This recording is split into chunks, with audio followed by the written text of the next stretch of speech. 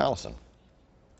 Tony, can the number of children that you have affect the well-being of your marriage? How about the spacing of those children? Our next guest says there is a lot riding on your decisions about kids, and that's why you need to have frank discussions with your partner before you start that family. Family therapist DrAlanSinger is the author of Creating Your Perfect Family Size. Dr. Singer joins us this morning. Nice to see you. Thank you. Good morning. Well, so when I first heard about this book, I said, oh, no way, who can plan your kids? I have 3.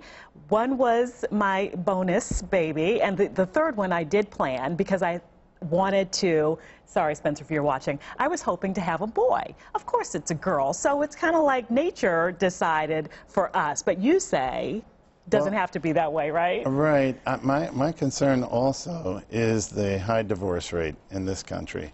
And I call it a parenting book about marriage that I wrote on behalf of children. Okay. Which may sound confusing, but the marriage, the relationship between the partners, the spouses, is the most delicate relationship.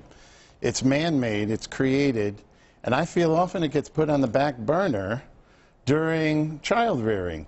A very important research finding from a wealth of information before my own research for the book is that marital satisfaction tends to decline on average, with each child. Yeah. And that concerns me because with the relationships, with divorce rate of 50% in this country, each child that's added to the family constellation can tend to reduce, and when they reduce the marital satisfaction, then that leads to reduction in family well-being. God forbid, I hope it never would lead to divorce, but unfortunately in this country, 1 out of 2 chance it is. But Dr. Singer, wouldn't that mean that we would just have 1 child between us just in case we can't handle it? Exactly. Well, my point is, and I spend the whole beginning of the book first trying to make the case, family size does matter.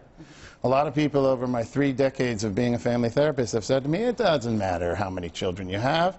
It matters how loving a parent you are. It matters how much money. If you have enough money, you'll be able to raise children and give them life. I disagree strongly. And with this decrease in marital satisfaction, that's the main factor that leads to those problems within a relationship. So how does it impact a marriage, and also how does spacing come into play? Does it help if you've had, 4 years with 1 child and then the second one comes along? What are your thoughts on that? Well, spacing is very important. I based my recommendations straight out of the New England Journal of Medicine, which did it based on the physiological factors of a woman's recovery from having a baby.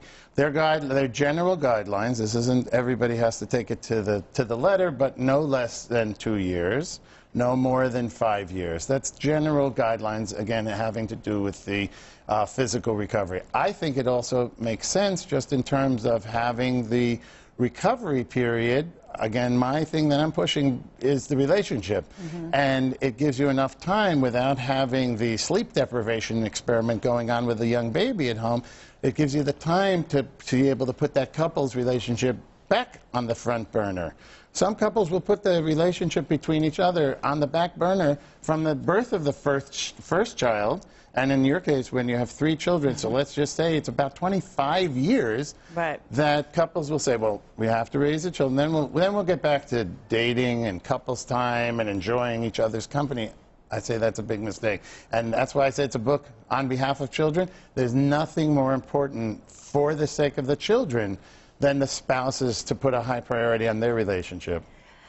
But, Dr. Singer, let me ask you about the kids, because I find with my kids being, 14 months apart and then 2 years between, I'm your worst case nightmare on your study, but I find that they're like a little unit. They kind of entertain themselves, and I've done the math. In 12 years, they'll all be out of the house. So is there something to be said for that as well? You have a little unit of kids, and then the kids go along about their way.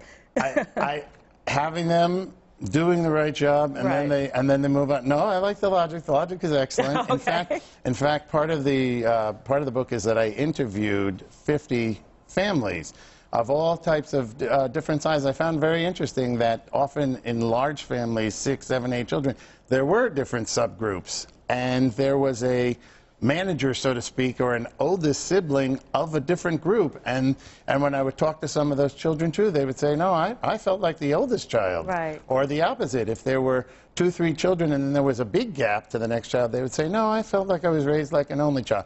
By the way, only children are healthy, typical children. One of the things I stress in the book is don't have a second child because of external pressure. You know, sometimes people will make comments in the grocery store. Oh, they need a brother or a sister. Exactly. When are you going to have another? Right, I've heard that. And I say, please don't pay any attention to that. Sure. Have a child from internal desire, not external pressure. I married an only child, and he is a wonderful person, so I agree with that. Oh, there's so many more things to talk about, but if you're, I guess, really planning a family, it's a great time to pick this up, or maybe if you're thinking about having a second one. Absolutely. Great time, right? And it's a good read always. This is DrAlanSinger, and the book is called Creating Your Perfect Family Size. Perhaps I should have bought this before I started my family. Anyway, Tony, over to you. Oh, but it's all good with you. It's all good, yes, yeah, thank you. Yeah. Fascinating stuff, thank you. All right, the debt drama that is, continues on Capitol Hill. Doug. The latest White House negotiating session to raise the nation's debt ceiling did not go well. I'm Doug Luzader in Washington. We'll have more on what happened just ahead. All right, Doug. And Holly is rocking out this morning. Hey, Holly. Well, right now I'm a little concerned about how I look, Tony, as my hair